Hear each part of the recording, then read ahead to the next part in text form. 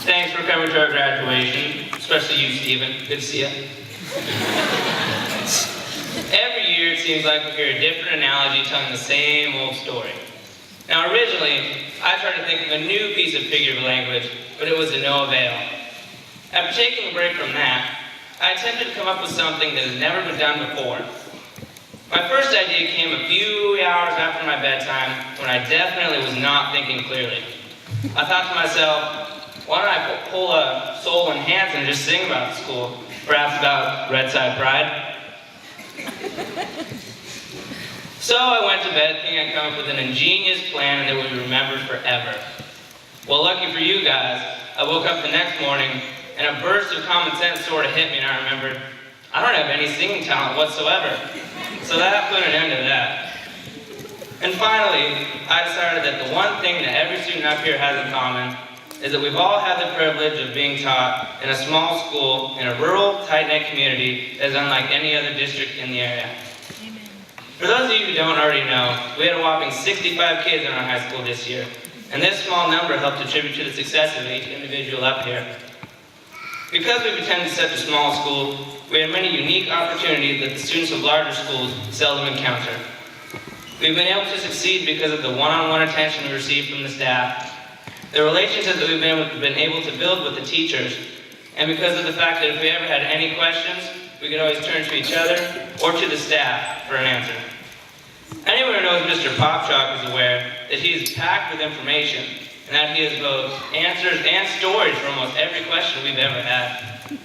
If our school had a higher population, we likely wouldn't have heard Popchalk's tales about scraping his pegs, renovating his house, and about alternate universes. I'm sure the majority of my classmates would agree that knowing there was a possibility of hearing another installment of The Adventures of Popchalk made attending school not only tolerable, but actually enjoyable. Along with getting to know the staff, we all had opportunities that may not have been possible in urban locations. There were a few of us that took college calculus from Professor Soul for free, the best prize that I know of. Others had the privilege of being able to track down Mrs. Neal when they needed to finish their senior projects, although I'm sure she can attest to the fact that it was usually the other way around. And also, on very special occasions, the entire student body would get a break from classes and would get to participate in a school-wide softball game on Sunday afternoons. Now, some of you may be thinking that going to a small school sounds like a walk in the park, and a life after graduation will be a shock to us all. On the contrary, I believe that we are all even more prepared because of the education that we received at South Boston County High School. Over the last 40 years, we've all learned the importance of an education, whether we want to become engineers, translators, or even if we've already signed up for the military. Thankfully, we're supplied with the best group of teachers imaginable, and we obtained a plethora of information from them. Here are a few examples of what we've all learned. In calculus, Professor Soul taught me, Grayson, and Ty that the integral of e to the x equals f of u to the n. If you have no idea what I'm talking about, you can Google it when you get home. Viewer discretion is advised.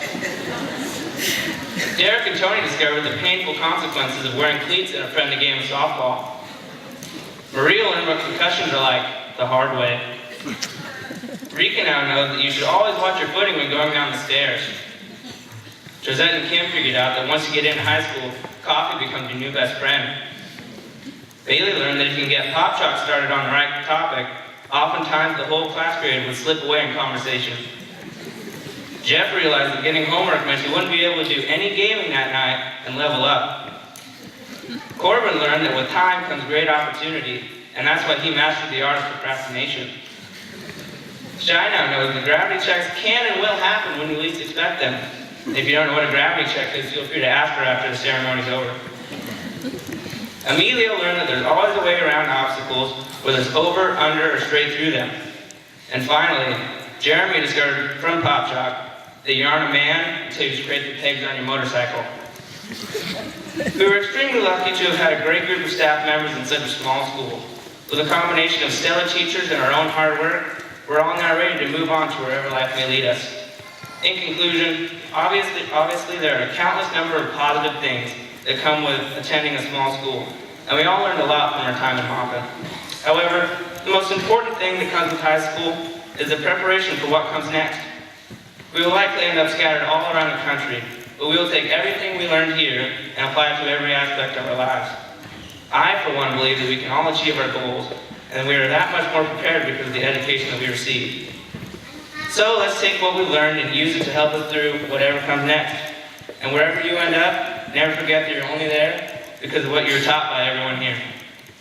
And on a complete side note, I'd like to take this time to thank my mom for bringing me sandwiches every day for the last 2 years of my lunches. Thank you. You're welcome.